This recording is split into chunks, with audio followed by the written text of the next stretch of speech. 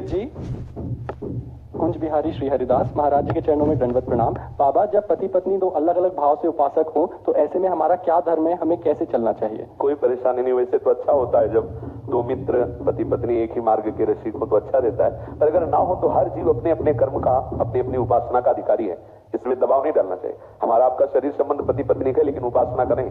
उपास्य देव हमने जो वर्ण किए हैं गुरु कृपा से वही रहेंगे। आपका जो आप अपनी उपासना, कोई परेशानी नहीं। भोग लगाना है तो मान लो जैसे वो अपने ठाकुर को भोग लगानी, तो भोग की थाली में 2 रोटी सब्जी रख के आप अपने ठाकुर को भोग लगा दीजिए। यदि थोड़ा सा तो लगता है, लेकिन निष्ठा में एक बल होता है, आप अपनी निष्ठा से रहें, कोई परेशानी नहीं। क्या परेशानी?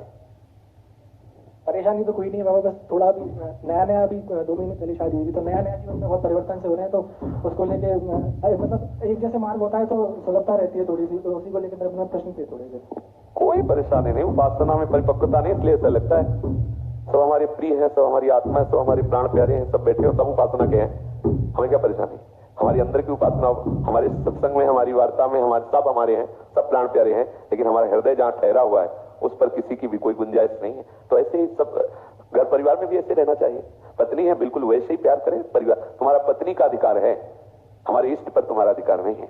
हमारा चिंतन, हमारा इष्ट चिंतन, हमारी इष्ट उपासना ये हमारी पर्सनल है। हमारी पत्नी हो सर्वतोभावेन तुम्हारे लिए सारी व्यवहार संबंधी, सारी सुख संबंधी चेष्टाएं हैं, इष्ट संबंधी नहीं। इष्ट संबंधी मान लो ऐसा हो सकता है कि किसी की पत्नी के ऐसे परिवार से जुड़ी हो जो अन्य भावना वाले हैं, या सोयोहम और तुम दासोहम, झगड़ा करने की जरूरत नहीं। हम अपने मंत्र में, आप अपने मंत्र में हैं, आप उपासना में रंग लाइए।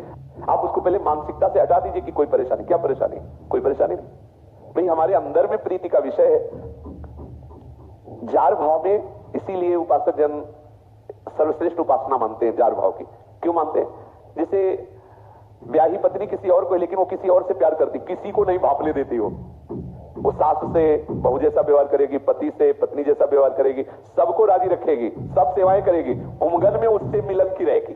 उमगन उसके अंदर जो रहेगी, पति भी नहीं भाप पाएगा उसके में। इसी को जार भाव कहते हैं। हमारा शरीर संसारिक व्यवहारों से युक्त है, हम वैसे ही बर्ताव करते हैं, लेकिन उमगन अपने प्राण प्यारे श्री कृष्ण मिलन की, राधा गोविंद के मिलन की, राधा वल्लभ के मिलन की। कोई प्रेम अंदर का गुप्त विषय है, बाहर का प्रेम अंदर का। हमारे प्रेम को कौन बदल सकता है? अमन जी भोपाल से।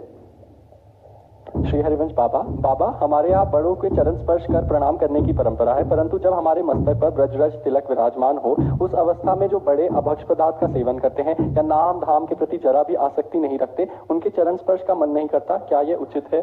ठीक है, लेकिन अगर चरण स्पर्श करना ही पड़े तो सामने राधा वल्लभ लाल की भावना करो।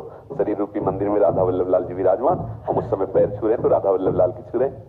सब जगह हमारे प्रभु, इसमें तो कोई संशय नहीं है। तो किसी के प्रति भी वो कैसे आचरण करते हैं, हम ये ना देखकर हम ये देखें कि मेरे राधा वल्लभ लाल जी शरीर रूपी मंदिर में विराजमान, चरण स्पर्श। हम अपने आराध्य देव की आराधना कर रहे हैं, दूसरे की। तो हमें वो जो उसके शुभ आचरण करने के परमाणु हैं वो हमारे ऊपर नहीं आए, क्योंकि हमने इष्ट भावना की। आचार्य आदेश कर रहे हैं, ये क्रूरा अपिपापिनो न च सताम संभाष्य दृश्याश्चे सर्वान वस्तुतया निरीक्ष परम स्वाराध्य बुद्धिर्मम। क्रूर है, पापी है, नीच है, दुष्ट है, ऐसे लोग भी साक्षात राधा वल्लभ लाल है, ऐसी मेरी दृढ़ मति है। ऐसा साधक को अपने भाव बनाना चाहिए। तो हमें कोई परेशानी नहीं आचार्य आज्ञा से, चाहे जितना कोई नीच हो, हम उसे भगवान का स्वरूप, प्रभु का स्वरूप मान के पैर छू लेते हैं, कोई हानि नहीं। किसका प्रश्न था? अच्छा जी, क्या परेशानी? हाँ ठीक है। बिहारी सखी जी पटना से। गुरुदेव के चरणों में सत सत नमन। श्री हरिवंश। गुरुदेव, बचपन में एक चिड़िया के साथ खेलते खेलते अपराध बन गया था, शायद वह मर गया, इसका अपराध का दंड हमें मिलना चाहिए। बहुत दिन से मेरा हृदय जल रहा है, कृपा करें। शरणागत है, गोपाल शास्त्र नाम का पाठ कर लीजिए। उस जीव के लिए मंगल विधान है। प्रभु के नामों का कीर्तन ही सबसे बड़ा प्रायश्चित है।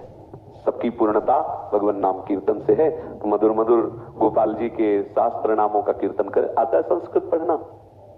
हाँ, तो नाम कीर्तन कीजिए। राधा वल्लभ श्री हरिवंशी वृंदावन श्री वंशम 1 घंटे कीर्तन करके और कह दो कि उस जीवात्मा को आनंद मिले, शांति मिले। 1 घंटे का नाम कीर्तन बहुत है, दे दीजिए। जय श्री राधा जी। राधा आसक शरण जी वृंदावन से। सदगुरुदेव के श्री चरणों में दंडवत प्रणाम। सदगुरुदेव, भगवान 3 दिन पहले रात्रि में देखा, सपने में राधा रमन जी घर पर आए और पंचायत कर रहे थे, और जब उनको गोद में उठाकर मैं बाहर गया। भैया पंचायत में क्या हो रहा था? महाराज जी साष्टांग दंडवत जी। महाराज जी ऐसे बैठ के चर्चा कर रहे थे क्या? ग्वाल वालों के संग, ये बहुत खराब है जी, बहुत अच्छे अपनी भाषा में। और फिर उनके गोदी में लेके, प्रिया जी को गोदी में लेके घर के बाहर गए तो उनका श्रृंगार बिखर गया। तो मैंने कहा अरे लाला को श्रृंगार बिखर गो ऐसे जेठ में भर के गोदी में, और मैं श्रृंगार बिन्नू महाराज जी ऐसे।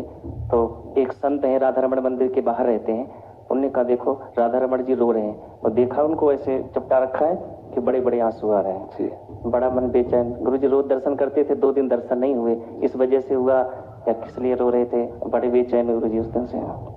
उनके रोने का तो एक ही विषय हो सकता है, वो प्यारी जी की याद में ही रो रहे होंगे। गुरु जी ऐसा ही हुआ था, प्रिया जी को वहां पर बैठा दिया।